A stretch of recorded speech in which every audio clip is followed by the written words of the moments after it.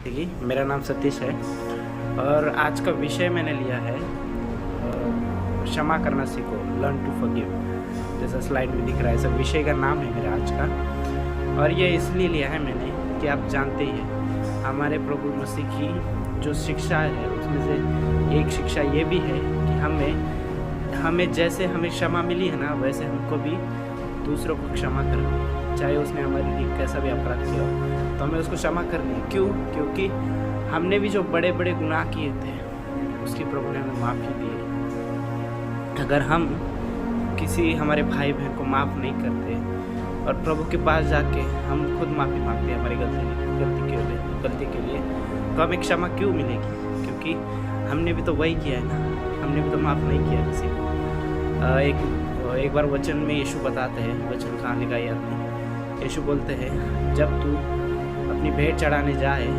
और अपने मन में किसी भाई के लिए कुछ रखे, उसे क्षमा ना करे, तो पहले भेंट वहीं रख, जाके पहले उसको माफ़ कर और फिर आकर अपनी भेंट चढ़ाना। क्योंकि अगर हम ही दूसरों को क्षमा नहीं करेंगे तो हमको भी क्षमा नहीं मिलेगी। एक वचन और है स्क्रीन पे, बुराई के बदले किसी से बुराई न करो, जो बातें सब लोगों के निकट भली है उनकी चिंता किया करो। जहाँ तक हो सके तुम भरसक सब मनुष्य के साथ मेल मिलाप करो। सब मनुष्य के साथ हमें मेल मिलाप करना है, चाहे वो कोई भी हो।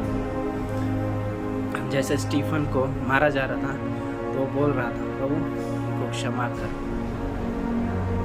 हर जगह प्रभु सिखाता है हमें माफ़ करो, माफ़ करो। आगे बढ़ेंगे, नेक्स्ट स्लाइड। परमेश्वर का एक क्षमादान, हमें क्षमा करना कहाँ से सीखना है? अभी जहाँ टॉपिक का नाम है लर्न टू फॉरगिव, क्षमा करना सीखो। कहाँ से सीखना है हमको क्षमा करना? हमें किसी इंसान से नहीं सीखना, हमें अपने प्रभु से सीखना है, बाइबल से। देखेंगे परमेश्वर का क्षमादान, परमेश्वर से सीखेंगे हम क्षमा कैसे करें। वचन कहते हैं, सबसे पहले ये वचन देखेंगे, यशाया पहला अध्याय वचन 18। यहाँ लिखा है यहोवा कहता है आओ हम आपस में वाद विवाद करें। वाद विवाद मतलब डिस्कस करें। तुम्हारे पाप चाहे लाल रंग के हो तो भी वह हीम के समान उजले हो जाएंगे, और चाहे अग्रवानी रंग के हो तो भी वह ऊन के समान श्वेत हो जाएंगे। अभी इसको मराठी में बहुत बढ़िया वचन लगता है। यही वचन अगर मराठी में पढ़ें तो वहाँ लिखा है तुमचे पाप जरी लाखेसारखे लाल असले तरी परमेश्वर त्याला बर्फासारखे शुभ्र करेल। मतलब हमारे पाप कितने भी बड़े क्यों ना, परमेश्वर उसे क्षमा करेगा और एकदम पवित्र बना देगा। ये वचन कहता है। आगे बढ़ेंगे, और भी कई उदाहरण है बाइबल में, हर जगह बाइबल में क्षमा करो। यीशु की शिक्षा है क्षमा करो, क्षमा करो। जैसा तुम्हें क्षमा मिली है वैसे तुम भी क्षमा करो। आगे बढ़ेंगे, और मत्ती 18 में यीशु ने एक बहुत बढ़िया दृष्टांत भी बताया था, उससे हम सीख सकते हैं बहुत बढ़िया से उस दृष्टांत को लेके। मत्ती 18:21 से पढ़ेंगे, मैं जल्दी बताऊंगा। तब पतरस ने पास आकर उससे कहा, हे प्रभु, यदि मेरा भाई अपराध करता रहे तो मैं कितनी बार उसे क्षमा करूं? ये स्वाभाविक प्रश्न है। पतरस अभी हो सकता है यीशु सिखा रहे होंगे ना, क्षमा करो क्षमा करो क्षमा करो। तो पतरस ने पूछा होगा, प्रभु कितनी बार क्षमा करना है? तू बोलता है अपने सब सताने वालों को क्षमा करो, जैसे तुम्हें क्षमा मिली है वैसे तुम भी क्षमा करो। अभी मैं एक बात बताऊंगा, हम दिन भर अपने मसीह जीवन जीते, ठीक है, लेकिन हर रोज़ प्रभु से माफ़ी मांगते हैं। क्यों? क्योंकि हमसे कोई ना कोई गलती हो ही जाती है। वैसे ही हमारा भाई हमारे खिलाफ अपराध करे, हमें भी उसे वैसे ही क्षमा करना है जैसे परमेश्वर आपको क्षमा करता है। हम रोज़, मैं खुद भी रोज़ प्रार्थना करते हैं, प्रभु आज दिन भर में जो कुछ गलतियाँ हुई उसे माफ़ कर दो। अगर हम सच्चाई से माफ़ी मांगते हैं ना, प्रभु हमें माफ़ कर दो। 22वें वचन में कहता है यीशु, अभी पतरस ने पूछा ना उसको, प्रभु मैं कितनी बार क्षमा करूँ? मेरा भाई मेरे खिलाफ अपराध करता है तो मैं कितनी बार क्षमा करूँ? यीशु ने उससे कहा, मैं तुझसे ये नहीं कहता कि तू 7 बार क्षमा कर, वरन 7 के 70 गुना तक क्षमा कर। 70 गुना तक, जितनी बार वो तुझसे माफ़ी मांगेगा उतनी बार तुझे माफ़ करना पड़ेगा। आगे बढ़ेंगे, लूका 17वां अध्याय वचन 3 से, सचेत रहो, यदि तेरा भाई अपराध करे तो उसे समझा, और यदि पछताए तो उसे क्षमा कर दे। यदि दिन भर में वह 7 बार तेरा अपराध करे और 7 बार तेरे पास फिर आकर कहे मैं पछताता हूँ, तो उसे क्षमा कर, उसे क्षमा करना ही पड़ेगा तुझे, ऐसे बोलते हैं यीशु मसीह। अभी जो दृष्टांत की बात मैंने कही थी वो आगे हम दृष्टांत देखेंगे। इसलिए स्वर्ग का राज्य उस राजा के समान है जिसने अपने दासों का लेखा लेने चाहा। ये वही दृष्टांत है। जब वो लेखा लेने लगा तो एक जन उसके सामने लाया गया जो 10,000 तोड़े का कर्जदार था। राजा के पास एक कर्मचारी को लाया गया, एक आदमी को, 10,000 तोड़े। अभी इसको हम आसानी से समझाने के लिए मैं ऐसे करता हूँ, इसको 10 तोड़े की 10,000 कर देते, ठीक है, 10,000 समझाने के लिए। अभी एक आदमी उसने 10,000 का कर्ज लिया था और राजा ने बुलाया लेखा देने के लिए, जबकि अभी उसके पास उसके ऊपर कर्ज तो था लेकिन उसके पास चुकाने के लिए कुछ भी नहीं था। जबकि चुकाने को उसके पास कुछ भी न था, येलो में हाईलाइट किया, चुकाने के लिए उसके पास कुछ भी न था। तो उसके स्वामी ने ये कहा और यह और इसकी पत्नी और बाल बच्चे जो कुछ इसका है सब बेचा जाए और कर्ज को चुका दिया जाए। राजा क्या बोल रहा है? स्वामी बोल रहा है इसके पास तो कुछ भी नहीं है चुकाने के लिए, ठीक है, इसके पत्नी बाल बच्चे घर जो कुछ है इसका बेच दिया जाए और कर्ज को चुका दिया जाए। वैसे ही इसमें एक बहुत गहरा उदाहरण छुपा है। अगर परमेश्वर हमारे पापों का हमसे लेखा मांगे तो हम नहीं चुका सकते, बिना यीशु के लोगों के हम उसे नहीं चुका सकते। हमारा सब कुछ बिक जाएगा लेकिन पाप नहीं, वो बोझ नहीं हल्का कर सकते सिवाय यीशु के। तो आगे पढ़ेंगे वचन 26। इस पर उस दास ने गिरकर उसे प्रणाम किया और कहा, उसने गिड़गिड़ाया, गिड़गिड़ाकर प्रभु से कहा स्वामी से, हे स्वामी धीरज धर, मैं सब कुछ भर दूंगा। तब उस दास के स्वामी ने तरस खाकर उसे छोड़ दिया और उसका कर्ज भी क्षमा कर दिया। उस स्वामी को उस पर तरस आया और उसने उसका कर्ज क्षमा कर दिया। वैसे ही जब हम गलती करते हैं, प्रभु के पास जाते हैं और हम क्षमा मांगते हैं गिड़गिड़ा, तो वो हमें क्षमा कर देता है। वैसे ही हमें भी अपने अपराधियों को आगे क्षमा करना है। इसमें बहुत अच्छे तरीके से समझेंगे हम लोग, आगे बढ़ेंगे। पहले कुछ भजन संहिता 78 का 38। परंतु वह जो दयालु है वह उनके अधर्मों को ढांपता और उन्हें नष्ट नहीं करता।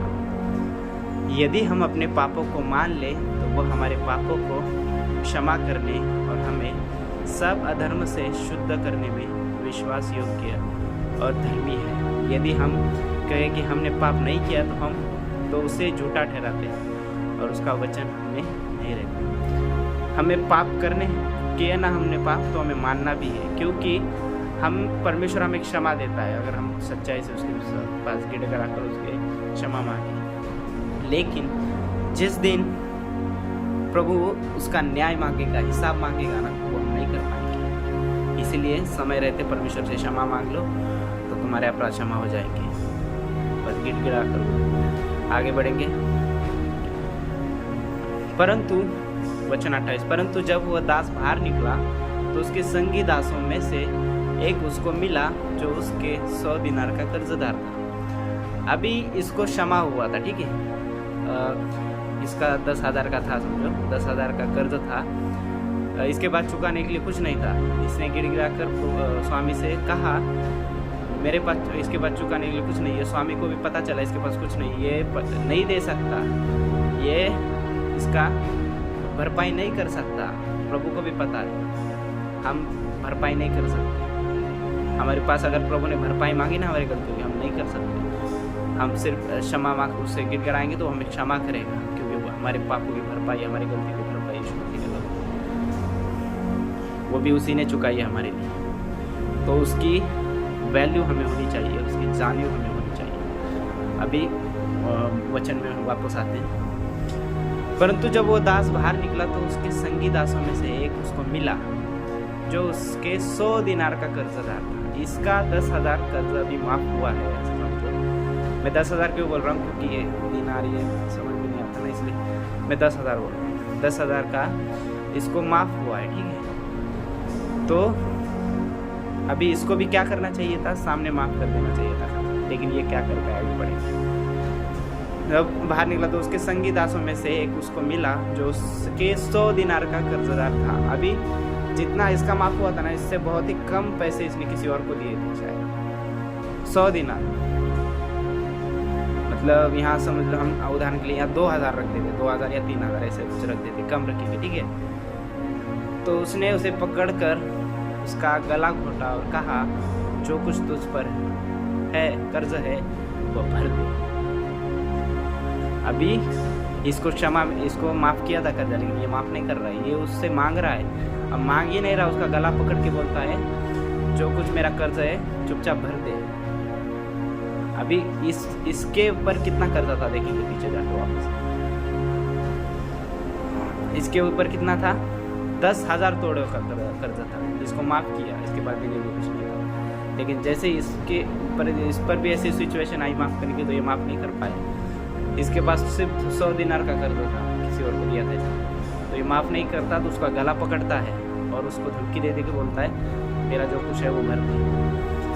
वचन 29, और वो इतने में नहीं मानता, उसको जेल में भी डालता है। इस पर उसका संगी दास गिरकर उससे विनती करने लगा, धीरज धर, मैं सब कुछ भर दूंगा। लेकिन ये नहीं मानता, उसने न माना, परंतु जाकर उसे बंदी गृह में डाल दिया। जब तक कर्ज न भर दे तब तक वही रहे। अभी सोचो, हम परमेश्वर से माफ़ी मांगे, हमने कुछ गलती कर दी, परमेश्वर से माफ़ी मांगे और परमेश्वर ने माफ़ कर दिया तुरंत, क्योंकि परमेश्वर भी जानता है ये भरपाई नहीं कर पाएगा। हमारे पाप की भरपाई प्रभु यीशु मसीह का लोग, हमें माफ़ी मिल जाएगी। लेकिन सेम कंडीशन में अगर मेरा भाई, मेरा पड़ोसी, कोई भी हो, हमारे खिलाफ कोई अपराध करे और हमसे माफ़ी मांगे, तो हम उसे माफ़ नहीं करते, उससे बात करना बंद कर देते, उससे मुंह मोड़ लेते हैं। और खुद गलती हुई तो परमेश्वर से जाके माफ़ कर देते। परमेश्वर बोलता होगा, तूने माफ़ नहीं किया, मैं कैसे माफ़ करूँ। यीशु मसीह ने कितनी बार कहा वचन में,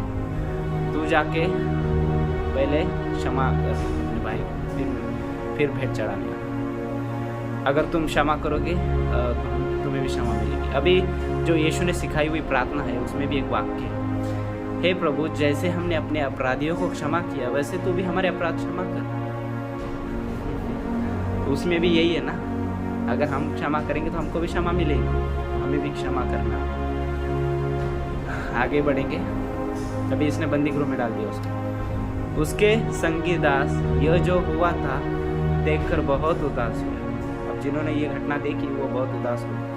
अब उसे रहा नहीं गया, तो वो जाकर अपने स्वामी को पूरा हाल बता देते। किस स्वामी को, जो पहले इसका 10,000 तोड़ों का कर्ज माफ किया था, उसको जाके सब बता दिया। तब उसके स्वामी ने उसको बुलाकर, अभी उस स्वामी को कैसा लगा होगा, मैंने इसका 10 तोड़ों का क्षमा किया, लेकिन ये 100 दिनार का भी क्षमा नहीं कर पाया।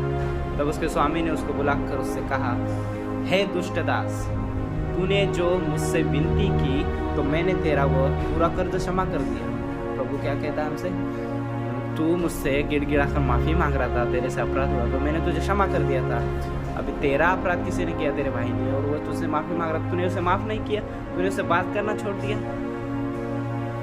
अभी 33 वचन में पढ़ेंगे वापस वचन में आके, इसलिए जैसे मैंने तुझ पर दया की वैसे ही क्या तुझे भी अपने संगी दास पर दया करना नहीं चाहिए था? बिल्कुल करना चाहिए था, लेकिन इसने नहीं किया। अभी आगे पढ़ेंगे क्या होता है। अभी पहले ये वचन पढ़ेंगे, ठीक है। अभी देखो, वो प्रार्थना में आया था शब्द, और जिस प्रकार हमने अपने अपराधियों को क्षमा किया वैसे ही तू भी हमारे अपराधों को क्षमा कर। नीति वचन में कहते हैं, जो कंगाल की दुहाई पर कान न दे वो आप पुकारेगा उसकी भी नहीं सुनी जाएगी। नीति वचन 2:13 में कहता है, जो कंगाल की दुहाई पर कान नहीं लगाता वो खुद परमेश्वर को पुकारे तो उसकी भी नहीं सुनी जाएगी, उसने भी नहीं सुनी। आगे बढ़ेंगे इसी घटना में दृष्टांत। और उसके स्वामी ने क्रोध में आकर उसे दंड देने वालों के हाथ में सौंप दिया कि जब तक वह सब कर्ज न भर दे तब तक उनके हाथ में रहे।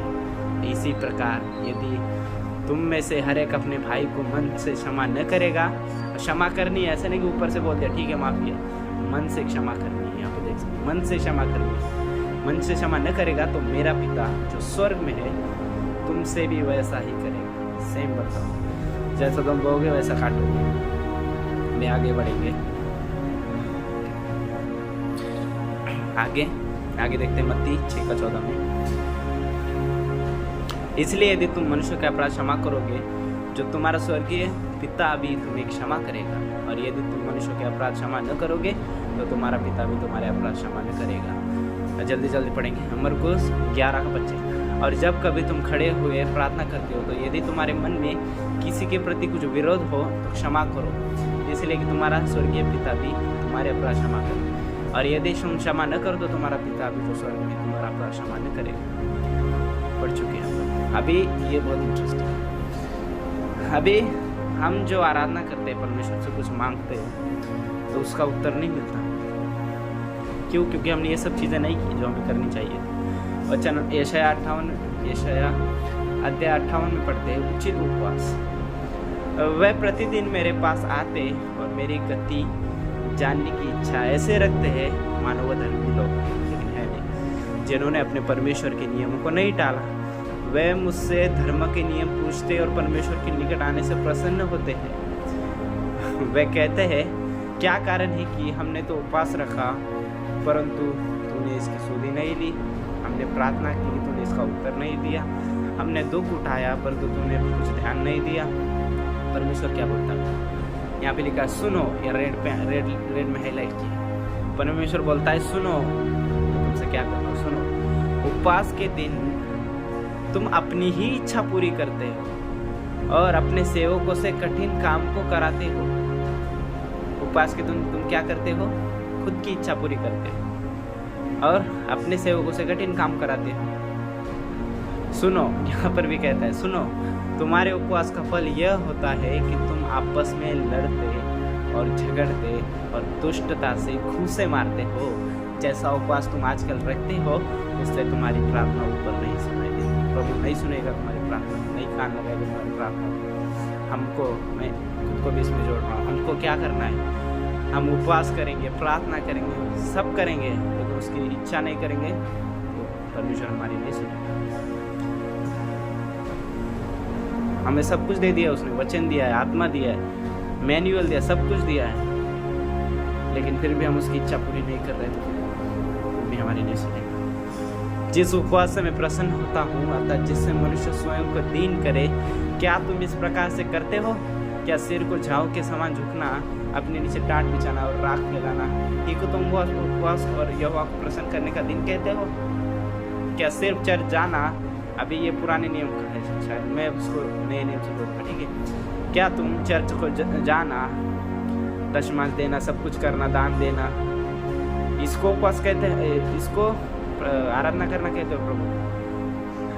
प्रभु क्या कहता है? देखिए रोमियो 12। इस संसार के संतुष्ट न बनो परंतु तुम्हारे मन के नए हो जाने से तुम्हारा चाल चलन भी बदलता जाए, जिससे तुम परमेश्वर की भली और भावती और सिद्ध इच्छा अनुभव से मालूम करते रहो। आगे पढ़ेंगे, उसी यशायाह में कंटिन्यू करेंगे, ठीक है? यशायाह 58। जिस उपवास से मैं प्रसन्न होता हूँ, अभी ऐसा भी जोड़ सकते हैं, जिस प्रार्थना से मैं प्रसन्न होता हूँ वह क्या ये नहीं है कि अन्याय से बनाए हुए दास हो और अंधेर सहने वालों का जुआ तोड़कर उनको छुड़ा लेना और सब जुओं को टुकड़े टुकड़े कर देना।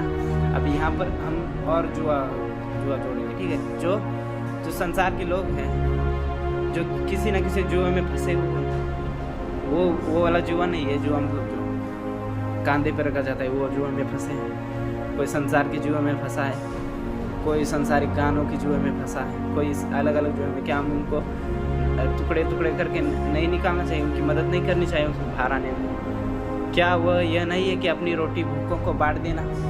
अभी इसको ध्यान से पढ़ो, साथ में बच्चों, ठीक है? क्या यह नहीं है कि अपनी रोटी भूखों को बांटना? ये रोटी क्या है आज के समय में? ये उस समय में क्या होगा वो पता नहीं होगा, लेकिन आज के समय में ये रोटी क्या है? ये रोटी है जीवन की रोटी, वो जीवन की रोटी जो हमको मिली है। तो क्या हमें वो औरों को नहीं बांटनी चाहिए जीवन की रोटी? जो जीवन का जल हमें मिला है, क्या हमें औरों को नहीं बांटना चाहिए? जो यीशु मसीह हमको मिला है, क्या औरों को भी हमें उसके बारे में नहीं बताना चाहिए? हमारे रिश्तेदारों को हम वो रोटी खा रहे हैं, लेकिन क्या हमारे पड़ोसी भूखा है, उस रोटी के लिए कोई तरस रहा है? क्या हमें ये नहीं देखना चाहिए? आगे बढ़ेंगे। अनाथ और मारे फिरते हुए को अपने घर ले आना। यहाँ वचन की रोटी भी जोड़ सकते हो, कोई भी रोटी जोड़ सकते हो, और जो शारीरिक जो रोटी पेट के लिए होती है वो भी जोड़ सकते हो। आगे बढ़ेंगे। अनाथ और मारे फिरते हुए को अपने घर ले आना, किसी को नंगा देखकर वस्त्र पहनाना, और अपने जाति भाइयों से अपने को न छुपाना, तब तेरा प्रकाश, अब परमेश्वर बोलता है तुम ये सब करोगे तो तब तेरा प्रकाश पौ फटने के समान चमकेगा और तू शीघ्र चंगा हो जाएगा। तेरा धर्म तेरे आगे आगे चलेगा, यहोवा का देश तेरे पीछे रक्षा करते चलेगा। जब तुम उसकी इच्छा करोगे वो तुम्हारे लिए भी करेगा, जरूर करेगा। वचन 9, तब तू पुकारेगा और यहोवा उत्तर देगा। क्यों उत्तर देगा? क्योंकि तुमने उसकी इच्छा से किया। तो दुहाई देगा और वह कहेगा मैं यहाँ हूँ। परमेश्वर क्या कहेगा? मैं यहाँ हूँ। यदि तू अंधेर करना और जंगल उंगली उठाना और दुष्ट बातें बोलना छोड़ दे, उदारता से भूखे की सहायता करे और दिन दुखियों को संतुष्ट करे, तब अंधियारे में तेरा प्रकाश चमकेगा और तेरा घोर अंधकार दोपहर का सा उजाला हो जाएगा। यहोवा तुझे लगातार लिए चलेगा और अकाल के समय तुझे तृप्त और तेरी हड्डियों को हरी भरी करेगा। जब बन गए अभी यहोवा की आंखें धर्मियों पर लगी रहती है और उसके कान भी उसकी दुहाई की ओर लगे रहते हैं। यहोवा बुराई करने वालों के विमुख रहता है ताकि उनका स्मरण पृथ्वी पर से मिटा डाले। धर्मी दुहाई देते हैं और यहोवा सुनता है और उनको सब विपत्तियों से छुड़ाता है। यहोवा टूटे मन वालों की समीप रहता है और पिसे हुओं का उद्धार कराता है। धर्मी पर बहुत सी विपत्तियाँ पड़ती है, तो पड़ती तो है, धर्मी पर विपत्तियाँ तो पड़ती है, परंतु यहोवा उनको सबसे मुक्त करता है। धर्मी पर विपत्ति क्यों पड़ेगी? क्योंकि धर्मी मतलब जो प्रभु की इच्छा पे चलता है, उसको हर तरीके से गिराने की कोशिश की जाएगी। अपने अंदर वालों से, बाहर वालों से, अपने घर वालों से, अपने मसीह वालों को से भी गिराने की कोशिश की जा सकती है, लेकिन फिर भी उन सब से यहोवा उसको करता है। हमें गिराने की कोशिश क्यों करने जा रही है? क्योंकि हम प्रभु की इच्छा से चलेंगे। शैतान उसी को परेशान करेगा जो प्रभु की इच्छा पे चलेगा, क्योंकि जो इच्छा पूर्ण नहीं करता उसको शैतान को उससे कोई फर्क नहीं पड़ता, क्योंकि वो ऑलरेडी उसकी इच्छा पूरी कर रहा है। शैतान हमें परमेश्वर की इच्छा पूरी करनी।